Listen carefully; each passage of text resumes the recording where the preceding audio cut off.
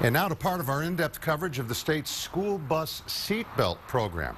The Austin Independent School District is one of the lucky few that receives state funding to pay for lap shoulder belts on new buses it purchases.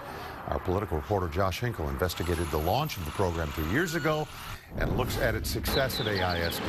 Each morning, the Austin Independent School District deploys a fleet of buses nearly 500 strong.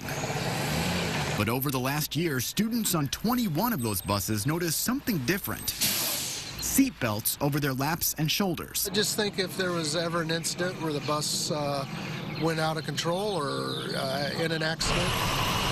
Parents can thank the state for awarding the district nearly $100,000 to put the belts on new buses. We got the funds from TEA to do this. Transportation Director Chris Hafizi says it's just one of the new features on board his buses. Propane fuel, digital cameras, GPS trackers, and now the three-point belts. It has been only positive from our schools and the community.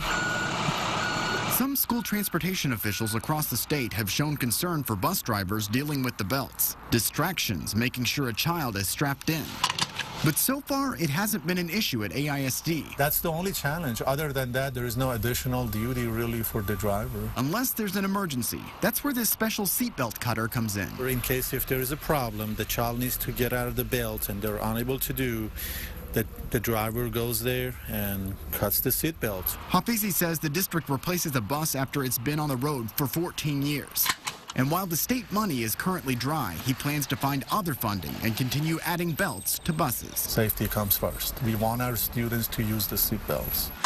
In Austin, Josh Hinkle, KXAN News. Now, while AISD received the school bus seatbelt money, the state said no to several other districts, and the leftover money in the fund went elsewhere. And you can watch Josh's full investigation tomorrow on KXAN News at 10 o'clock.